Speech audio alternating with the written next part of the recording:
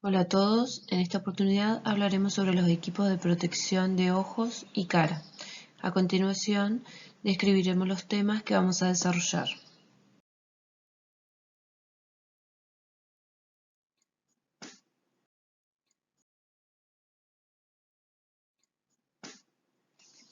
Los temas que pasaremos a desarrollar son definición, usos, fuentes de riesgo, clasificación, normativa, requerimientos técnicos y de fabricación, y dentro de ese punto especificaciones, y como último punto, instrucciones de limpieza, mantenimiento y conservación.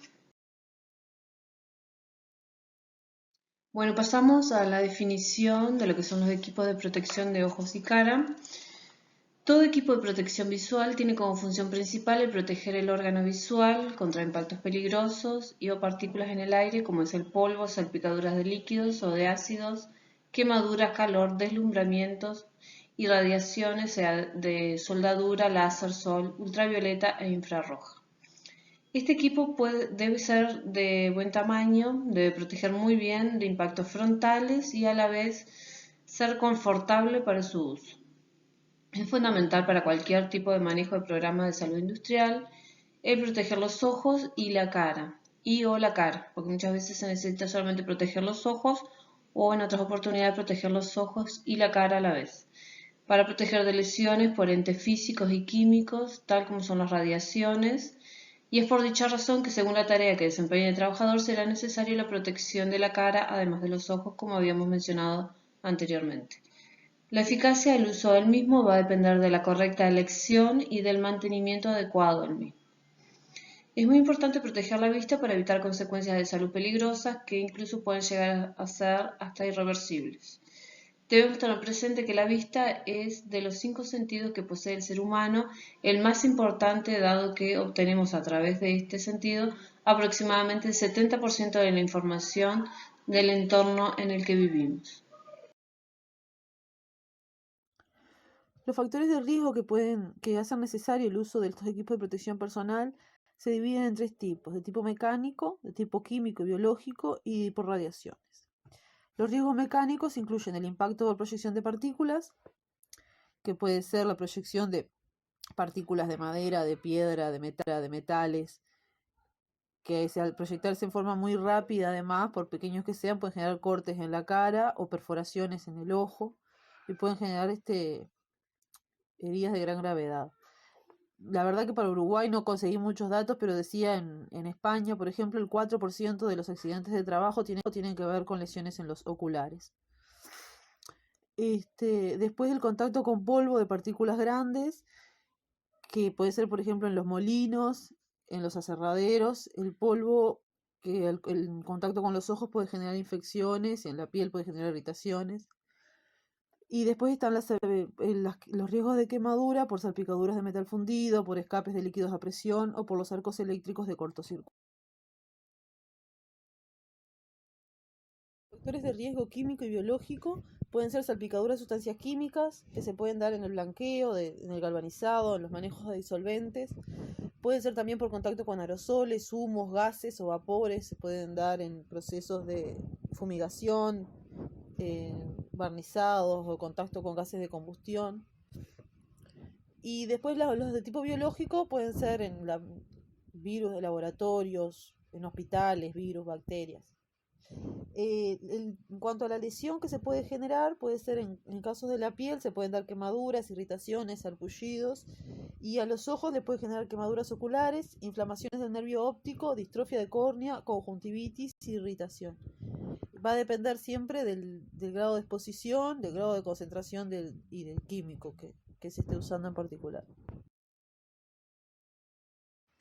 Bueno, por último tenemos los riesgos por radiación. Y bueno, se puede dar radiación infrarroja, radiación ultravioleta y radiación visible. La radiación infrarroja es un tipo de radiación que se puede dar en trabajos con hornos, en forjas y en soldaduras.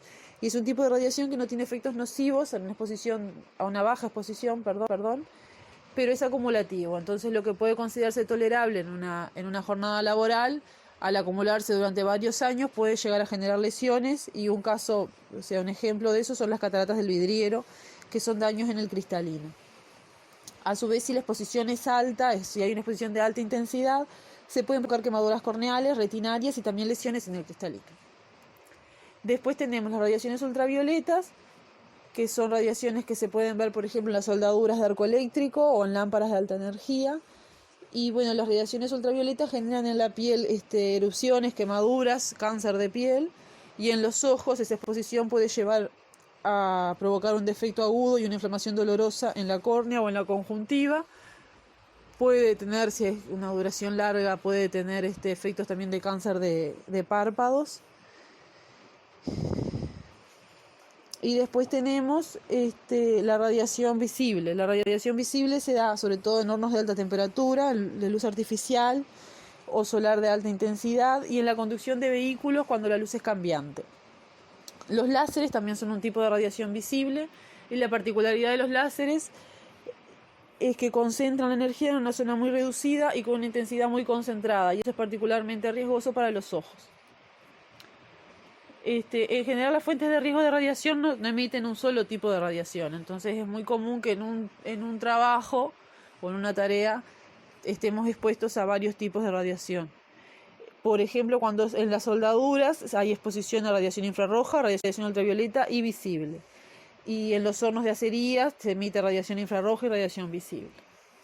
Y después lo otro que hay que tener en cuenta es que los efectos provocados por los distintos tipos de radiación dependen de la longitud de onda y de la energía que transporta. Y bueno, acá se pueden ver en el cuadro los diferentes tipos de radiación, las enfermedades que pueden causar y la banda espectral de cada uno de esos niveles.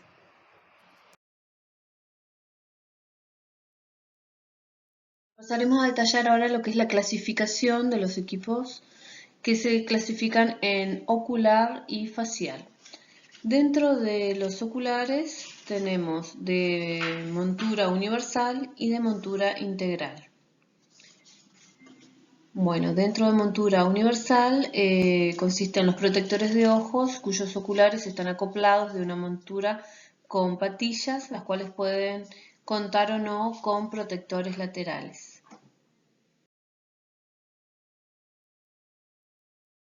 Bueno, como dijimos previamente en la otra presentación anterior, que pueden contar con protectores laterales, los cuales cumplen la función de impedir el acceso de cualquier agente de riesgo que incida de forma frontal al equipo de protección. Estas protecciones laterales pueden formar parte del armazón en forma sólida o de rejillas. Eso como se observa allí en la imagen de cada lente, los cuales tienen protecciones laterales. Seguimos dentro de la clasificación de equipos de protección visual y de cara. Dentro de la parte ocular también tenemos de montura integral. De montura integral son todos aquellos que rodean la región del ojo y que están en contacto con la cara. Tienen que tener la particularidad de no empañarse, es por ello que pueden llegar a tener rejillas u orificios de ventilación. Las bandas de la cabeza deben ser como mínimo de 10 milímetros de anchura en cualquier porción que entre en contacto en la cabeza del usuario, y dichas bandas deben ser ajustables o autoajustables. Ahora pasaremos a hacer una descripción detallada del lente. Ahí, como pueden observar, las diferentes partes. Empezaremos por el ajuste telescópico, el cual se trata del ajuste de longitud para distintos tamaños de cabezas. El ajuste maleable, permite un apoyo ajustable sobre la oreja para facilitar el acomodamiento del anteojo. Después tenemos la montura, la cual pasaremos a describir posteriormente y qué es lo que contiene en cuanto a las especificaciones que se detallan allí. Luego tenemos el ajuste angular, el cual ajusta el ángulo para compensar las diferencias de altura de la oreja en relación con la nariz y los ojos. Y por último, el apoyo nasal, que se usa para que descanse en la nariz sin hacer ningún daño. Ahora pasaremos a hablar sobre los materiales más comunes en la construcción de los lentes. Bueno, debemos tener presente que los oculares deben permitir la visión y además proteger contra los riesgos que llegan a la dirección al ojo. Estos pueden estar construidos en vidrio mineral, vidrio orgánico, como son el CR39, policarbonato o polietileno, o malla, ya sea metálica o textil. Dentro del policarbonato, dentro de las cualidades que tiene es que aguanta temperaturas de hasta 135 grados Celsius, tiene buenas propiedades mecánicas, es rígido, ligero, resistente y bloquea radiaciones UV hasta un 99%. Dentro de las características del vidrio, el vidrio es duro, frágil, antirrayadura, excelente índice de refracción y recomendado para altas temperaturas. Después el plástico CR39 tiene como particularidad de ser liviano, resistente y resistencia química. El acetato de celulosa tiene como particularidad la resistencia química y antirrayado. Bueno, seguimos con la clasificación dentro de protectores faciales.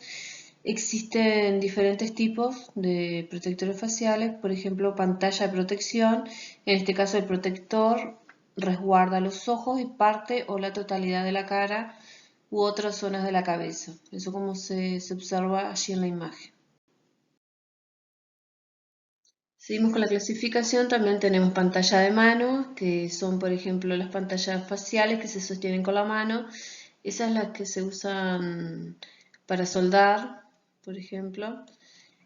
Y después tenemos otro tipo, pueden estar sujetas con un casco de protección, como se observa allí en la imagen, que se puede desmontar también, ¿no? Después están las pantallas facial integral, lo cual son protectores de los ojos que además de los ojos cubren la cara, garganta y cuello, pudiendo ser llevados sobre la cabeza, bien directamente mediante un arnés de cabeza o con un casco protector. Pueden proteger al trabajador ante radiaciones y calor. Otro tipo de pantallas son las fotosensibles, las cuales tienen un amplio rango de regulación de retardo oscuro-calor, tiempo de oscurecimiento en escasos milisegundos. Estas también son utilizadas como en la parte de soldaduras.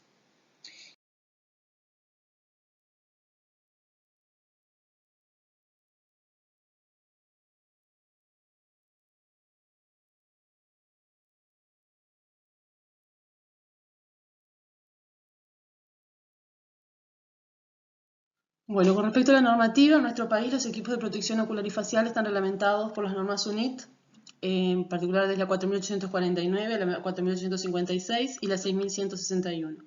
Estas normas se refieren básicamente a las especificaciones técnicas como resistencia, filtros, transmitancia y ensayos ópticos. O sea que tiene que ver con la calidad del producto. Y también algunas de estas normas son genéricas, refieren a todo tipo de lentes, pero bueno, que estos equipos de protección personal tienen que cumplir con ellos.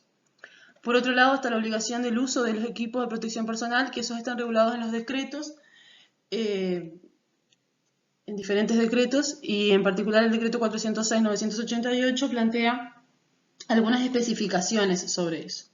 Entonces, en el artículo 8 del título 5, que es sobre equipos de protección personal, plantea que en los trabajos de cualquier índole en que puedan producirse lesiones en los ojos por acción física, mecánica, química o biológica, los trabajadores deberán llevar protectores oculares adecuados.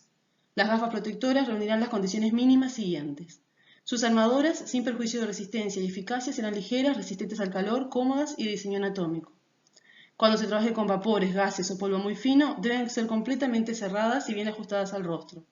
En los casos de polvo grueso y líquidos serán como las anteriores, pero llevando incorporados botones de ventilación indirecta con tamiz antiestático. En los demás casos serán con montura de tipo normal y con protecciones laterales, que podrán ser perforadas por una mejor ventilación. Cuando no exista peligro de impactos por partículas duras, podrán utilizarse gafas protectoras del tipo panorámica.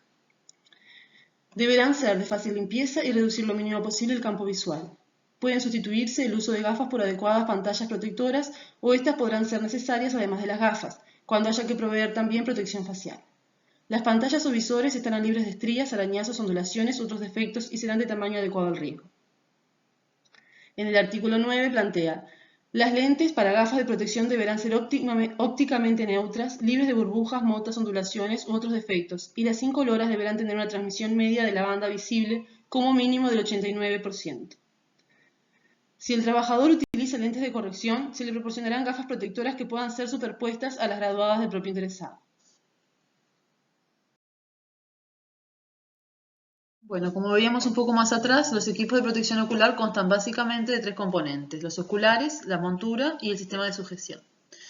Los lentes tienen unas especificaciones generales, los oculares en realidad deben cumplir unas especificaciones generales y otras particulares que van a depender del uso que se le dé. O sea, dependiendo del tipo de protección que se necesita, va a tener algunas especificaciones particulares. En el caso de las especificaciones generales, tiene que tener un tamaño mínimo determinado que ofrezca un área de visión adecuada.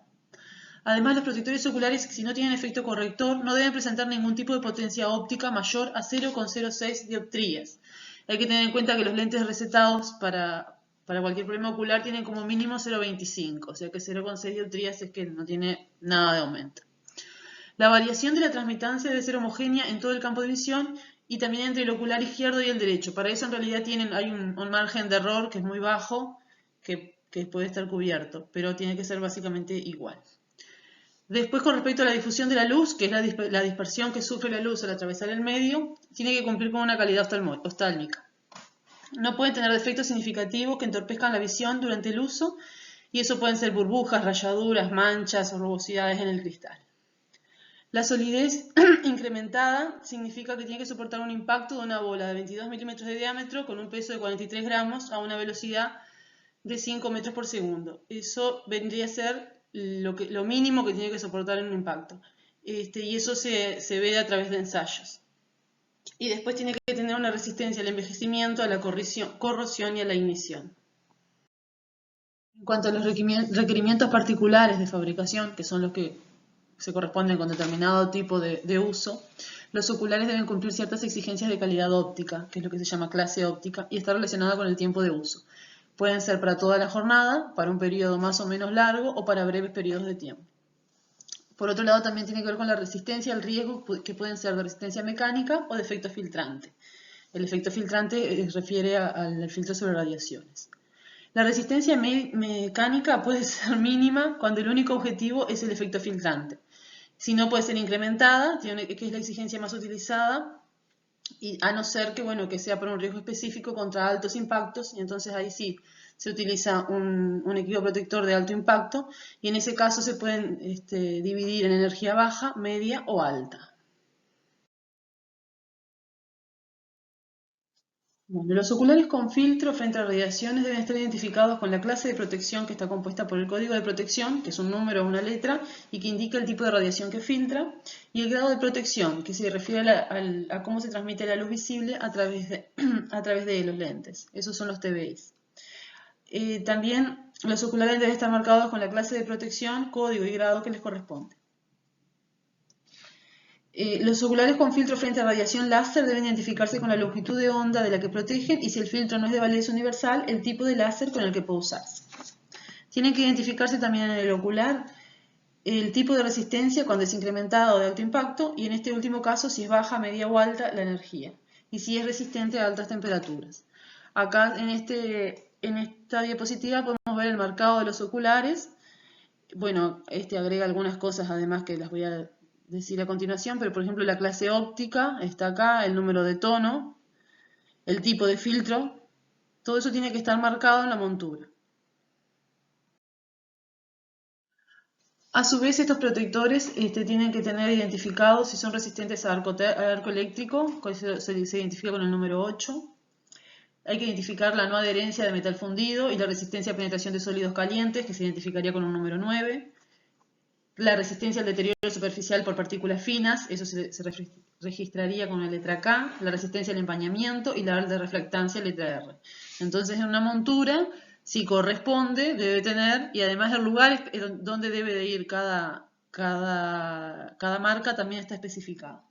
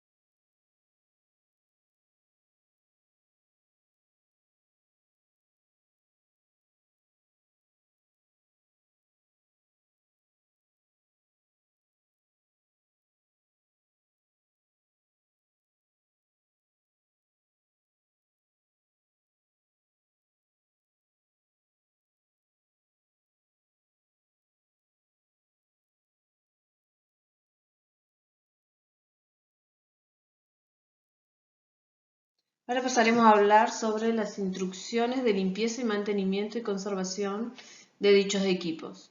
Para asegurar la capacidad protectora del protector ocular y o facial para el cual fue diseñado, es necesario realizar una adecuada limpieza y mantenimiento del equipo para que garantice su óptima conservación, dado que hay factores que pueden deteriorar el equipo y disminuir la protección del mismo para el cual fue diseñado. Por ejemplo, pueden afectar la humedad, la limpieza inadecuada, las radiaciones ultravioletas, el desgaste, la exposición al frío, calor, los impactos sufridos, etc. Es necesario limpiar adecuadamente los oculares con sustancias no agresivas, por ejemplo, no utilizar disolventes, y almacenarlo correctamente con la finalidad de evitar el deterioro del mismo.